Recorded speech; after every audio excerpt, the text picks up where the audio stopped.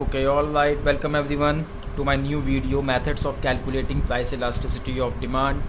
You are watching this video on my channel Education Academy और आज का topic है methods of calculating price elasticity of demand. तो method में तीन तरह के मेथड हैं प्राइस इलास्टिसिटी ऑफ डिमांड को कैलकुलेट करने के। पहला वाला है परसेंटेज मेथड, दूसरा वाला है total expenditure method and the third one is geometric method. तो वन बाय वन हम लोग सारे मेथड्स को स्टडी कर लेंगे एक एक करके वीडियोज़ में। ओके, तो पहला वाला मेथड है परसेंटेज मेथड और पिछली वाली वीडियो में आप लोगों ने इलास्टिसिटी ऑफ डिमांड के बारे में पढ़ लिया होगा। पिछली वीडियो में सारा सब कुछ एक्सप्लेनेशन हो गया है कि elasticity of demand actually price elasticity of demand क्या होती है, और मैंने उसमें इलास्टिसिटी ऑफ डिमांड के बारे में भी बात करी है। तो इलास्टिसिटी ऑफ डिमांड दिया होगा, वहीं पर मैंने एक फार्मूला भी लिखा रहा होगा, जो फार्मूला यहाँ पर लिखा हुआ है percentage change in quantity demanded upon percentage change in price. Now percentage method में होता क्या है, elasticity of demand is measured by the ratio of percentage change in the quantity demanded to a percentage change in the price of the commodity। क्या होता है percentage method में? होता ये है कि कुछ परसेंटेज चेंज क्वांटिटी डिमांडेड में होता है, उस परसेंटेज चेंज को डिवाइड कर देते हैं या फिर उसको रेशियो में ले लेते हैं परसेंटेज चेंज इन प्राइस से। तो इससे हम लोगों को मालूम पड़ जाती है elasticity, price elasticity of demand. अभी एक एग्जांपल इसका कर लेंगे तो समझ में आ जाएगा। बस अभी हम लोग मेथड पढ़ रहे हैं। तो ये फार्मूला हो गया यार, बेहद सिंपल सा फार्मूला है, इस फार्मूले को याद रखो। अभी इस फार्मूले का थोड़ा सा एक्सटेंशन हम लोग करेंगे। Percentage change in quantity demanded हमने लिख दिया, बट अगर क्वेश्चन में ये वैल्यू ना दी हुई हो तो ये वैल्यू कैसे निकालेंगे, और अगर ये वैल्यू ना दी हुई हो तो फिर ये वाली वैल्यू कैसे निकालेंगे। इसको करने का तरीका ये है कि हम लोग percentage change in quantity demanded पहले निकालें। तो उसका फॉर्मूला है चेंज इन क्वांटिटी डिमांडेड, जिसको हम लोग लिख लेते हैं डेल्टा साइन से, चेंज होने वाला बदलाव। तो चेंज इन क्वांटिटी डिमांडेड यहाँ पर हम लोग लिख लेते हैं क्वांटिटी डिमांडेड की जगह क्यू, और इसको हम लोग डिवाइड करेंगे इनिशियल क्वांटिटी से। इनिशियल क्वांटिटी का मतलब वो क्वांटिटी जो पहले थी। तो change in quantity demanded upon initial quantity. Okay, और इसको हम लोग, क्योंकि यहाँ परसेंटेज की बात हो रही है, परसेंटेज चेंज की बात हो रही है, इसको हम लोग हमेशा परसेंटेज को 100 में एक्सप्रेस करते हैं। तो यहाँ मल्टीप्लाइड बाई 100, तो इससे ये वाली वैल्यू हमारी निकल आई। ये वाली वैल्यू कहाँ पर निकली है? ये है ये वाली वैल्यू। ओके, उसके बाद अगला है अपॉन का साइन, जैसे लगा था वैसे ही हम लोग लगा लेते हैं और इलास्टिसिटी ऑफ प्राइस को यहाँ पर लिख लेते हैं। ओके, अब परसेंटेज चेंज इन प्राइस निकालना है, वो कैसे निकालेंगे? वो भी सिमिलरली निकलेगी। चेंज इन प्राइस, डेल्टा का मतलब change, divide by initial price, यानी कि प्राइस जो पहले रही होगी, मल्टीप्लाइड बाय 100। अब ज़रा इस फॉर्मूले को थोड़ा सा हम लोग आगे ले जाते हैं, थोड़ा सिंप्लीफाई कर लेते हैं। तो ये 100 कैंसिल हो गया। ओके, आगे क्या बचा? Change in quantity demanded upon initial quantity divided by, ये जो अपॉन का साइन है इसको हम लोग यहाँ डिवाइड कर लेते हैं, change in P upon P, यानी कि price, change in price divided by initial price. Okay, अब हम लोग एक बात जानते हैं,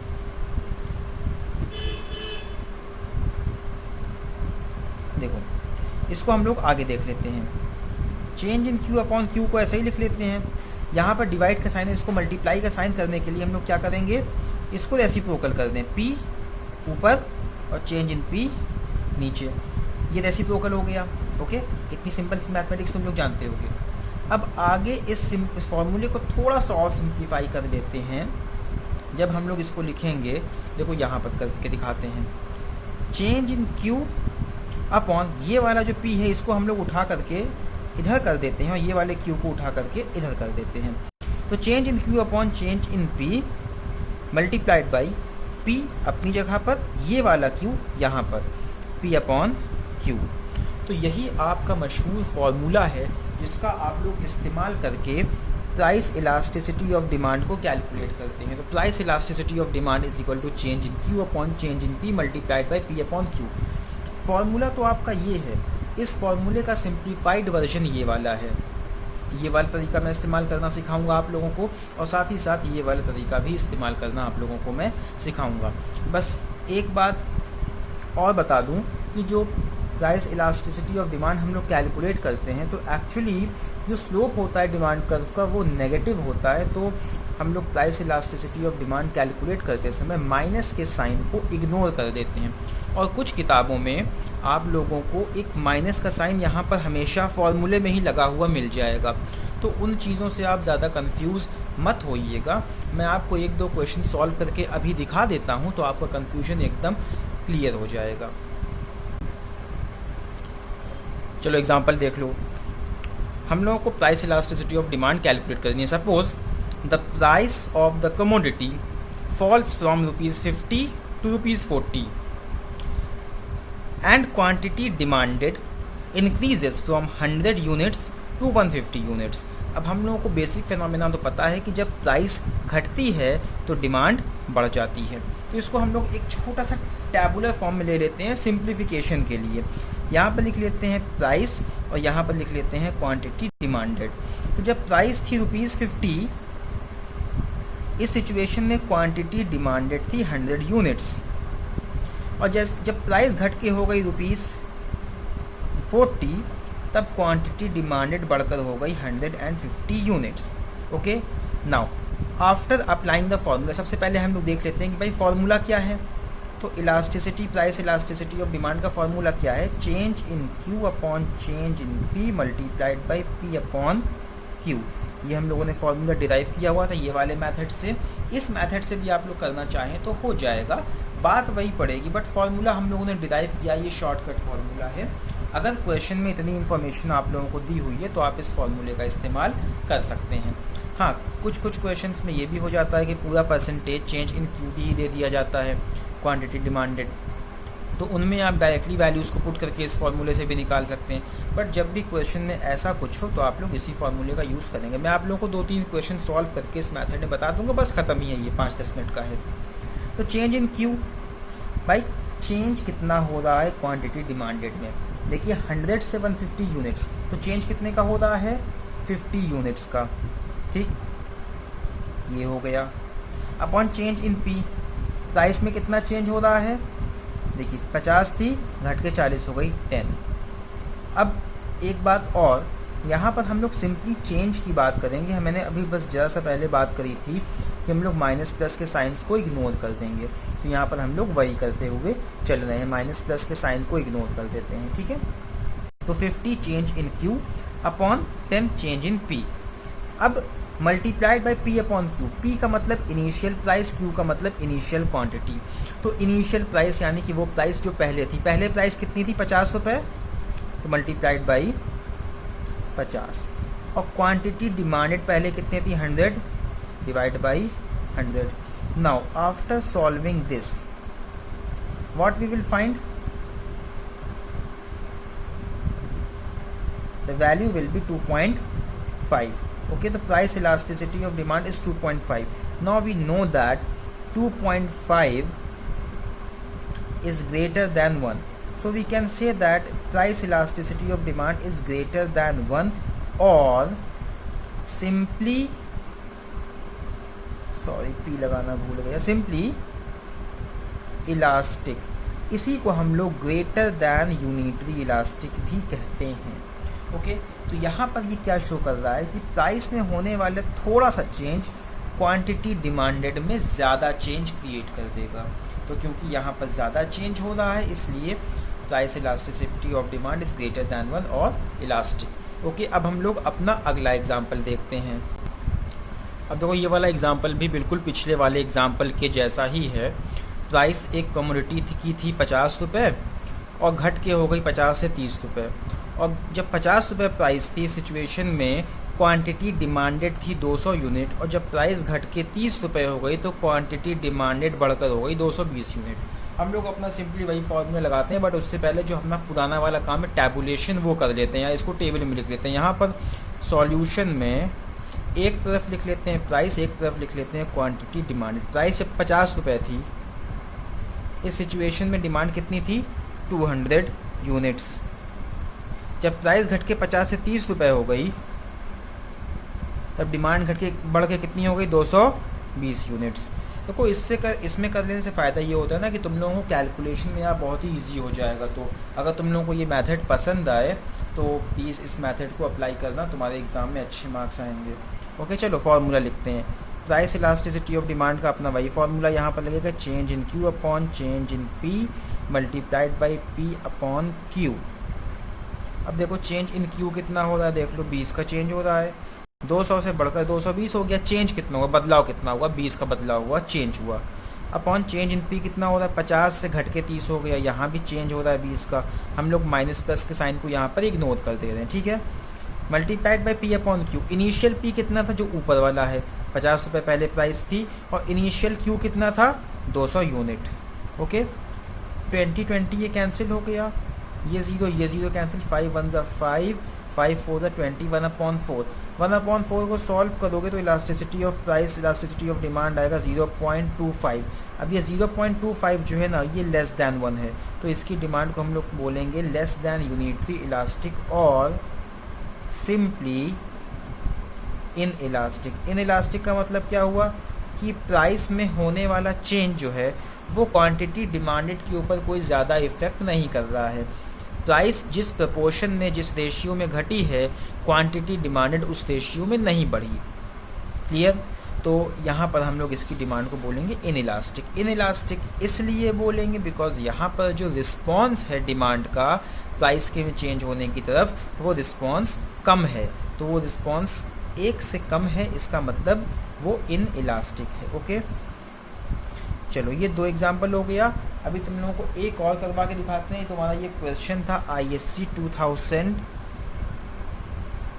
का, ये क्वेश्चन है आपका, ठीक है। तो इम्पॉर्टेंट ही है, बट अब इस तरह के क्वेश्चन नहीं आते क्योंकि ज़्यादा सिंपल हो जाता है। तुम लोगों को अगला क्वेश्चन करवा के दिखा देते हैं, उसके बाद फिर ये वीडियो ख़त्म करेंगे, उसके बाद हम लोग नेक्स्ट टॉपिक को पढ़ेंगे। आई होप कि तुम लोगों को ये बातें समझ में आ गई होंगी, बट स्टिल अगर समझ में नहीं आई है तो please please please comment section में पूछ लो, ठीक है। और अगर वीडियो पसंद आ रही है या समझ में आ रहा है यार, तो प्लीज़ चैनल को सब्सक्राइब कर देना, वीडियो को लाइक और शेयर करना बिल्कुल मत भूलना। चलो ये लास्ट वाला एग्जाम्पल है, देख लो। हाँ अब साफ दिख रहा होगा। देखो, the quantity demanded of a commodity at a price of ₹10 per unit is 40 units. तो वही वाला काम पहले टैबुलेशन कर लेते हैं हम लोग यार यहाँ, ठीक है। यहाँ पर प्राइस, यहाँ पर quantity demanded at a price of ₹10 per unit, the quantity demanded is 40 units. Now हम लोगों को यहाँ price elasticity of demand calculate नहीं करना, क्वेश्चन में पैसे दे के रखी हुई है। अब यार तुम लोग इतने छोटे क्लास से तो रहे नहीं हो ना कि एकदम हर चीज़ सीधी सादी दे दी जाएगी, थोड़ा बहुत तो घुमा फिरा के देंगे ही देंगे। तो प्राइस इलास्टिसिटी ऑफ डिमांड यहाँ पर पहले दे दिया, तुम लोगों को कैलकुलेट क्या करना है। देखो, the price falls bye ₹2 per unit. अब देखो यहाँ पे थोड़ा सा झाम है, प्राइस कितनी गिरी ये बताया जा रहा है, गिर के कितनी हो गई ये नहीं बताया जा रहा है। Price falls bye ₹2 per unit, यानी कि 10 रुपये थी, 2 रुपये घट गई, 2 रुपये फॉल हो गई, तो कितनी हो गई प्राइस हो गई ₹8। Now you have to calculate the quantity demanded at new price. New price कौन सी है, ये 8 रुपये। ध्यान रखना इस बात का, इसको 2 रुपये मत कर लेना कि तुम लोग डायरेक्टली लिख के 2 रुपये, ऐसा नहीं है। प्राइस घट के हो गई 8 रुपये, तो इस प्राइस पर क्वांटिटी डिमांडेड कितनी होगी ये हम लोगों को फाइंड आउट करना है। पता नहीं है तो मान लेते हैं यहाँ पर x।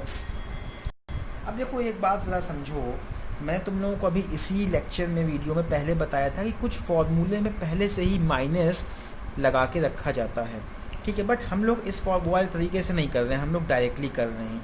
तो यहाँ पर यार थोड़ा सा याद रखने वाली चीज़ है। वो याद रखने वाली चीज़ ये है कि यहाँ पर तुमको चेंज कैसे निकालना है। अब देखो गिवन क्या क्या है, elasticity of price is equal to -2। तुम लोगों को फाइंड आउट करना है change in price. Change in price कैसे माइनस करोगे, हमेशा न्यू प्राइस में से ओल्ड प्राइस को माइनस करके, ठीक है। तुम लोग बस इसी एक मेथड से पढ़ो, 2 मेथड बताएंगे ना, वो वाला भी बताने को बता दें, बट कंफ्यूज हो जाओगे या कोई फ़ायदा नहीं है। तो एक मेथड बस याद रखो, new price minus old price. तो न्यू प्राइस है 8, ओल्ड प्राइस है 10, -10 इज इक्वल टू -2। ये हो गई हमारी change in P. Change in Q कितना हो गया, एग्जैक्टली तो निकल नहीं पाएगा, इक्वेशन वाले फॉर्म में निकलेगा x, यानी कि न्यू माइनस ओल्ड। तो न्यू है x माइनस है old 40, x -40 change in Q हो गया। बाकी p और q तुम लोगों को पता है, फॉर्मूला लगा लेते हैं यहाँ वही वाला, ठीक है, change in Q upon change in P multiplied by P upon Q, ये है हमारा प्राइस इलास्टिसिटी ऑफ डिमांड का फॉर्मूला। यार इधर लिखना था ना, ये देखो ये हो गया। ठीक, अब प्राइस इलास्टिसिटी ऑफ डिमांड पहले से ही गिवन है हम लोगों को, कितनी है -2 is equal to change in Q, change in Q है हमारा x -40 upon change in p है 2 -2 multiplied by p upon Q, p कितना था 10, q कितना था 40। इसको ये तुरंत कैंसिल हो जाएगा, इसको क्रॉस मल्टीप्लाई कर देते हैं, -2 मल्टीप्लाइड बाई -2 कितना हो गया, अच्छा नहीं पहले तो इसको मल्टीप्लाई करेंगे ना, -2 is equal to x -40 upon -2 into 4 -8 निकल आया ये। अब इसको क्रॉस मल्टीप्लाई हम लोग करेंगे, पहले मत कर देना यार तुम लोग भी, थोड़ा ध्यान रखा करो। अब -8 मल्टीप्लाइड बाई -2 कितना हो गया 16 प्लस में इज इक्वल टू x -40। अब ये वाले 40 को हम लोग इधर लेके आएंगे, 16 माइनस इधर है, इधर लाएंगे प्लस हो जाएगा, x plus 40 16 plus 40 is equal to x, यानी कि x is equal to 56 units निकल आया हम लोगों का। Quantity demanded at ₹8 will be 56 units. तो यार ये है तुम्हारा आंसर। और भी क्वेश्चन हैं कुछ बेहद सिंपल से हैं, ठीक है। इसी तरह का क्वेश्चन वैसे ज़्यादातर फ्रेम होगा तुम्हारा, क्योंकि यही क्वेश्चन सबसे ज़्यादा, इस प्रकार का क्वेश्चन सबसे ज़्यादा रिपीट हुआ है। बट देखो ये भी तुम्हारा आसान है, इससे पहले जो करवाया था वो भी एकदम सिंपल सा है, और ये वाला भी सिंपल है, तुम लोगों को बता दिया। स्टिल अगर कोई कन्फ्यूजन है यार तो प्लीज़ कमेंट सेक्शन में पूछ लेना, कमेंट में तुम लोग कमेंट करके पूछ लेना यार। कमेंट नहीं करते हो तुम लोग, सबसे बड़ी दिक्कत तो ये है, वीडियो देख के चुपचाप निकल जाते हो। तो प्लीज़ यार चैनल को सब्सक्राइब कर देना, वीडियो अगर पसंद आई हो तो लाइक कर देना, अपने दोस्तों के साथ शेयर कर देना, और फिर यहाँ पे मैं वीडियो बंद करता हूँ। Okay, thank you so much, मिलते हैं नेक्स्ट वीडियो में।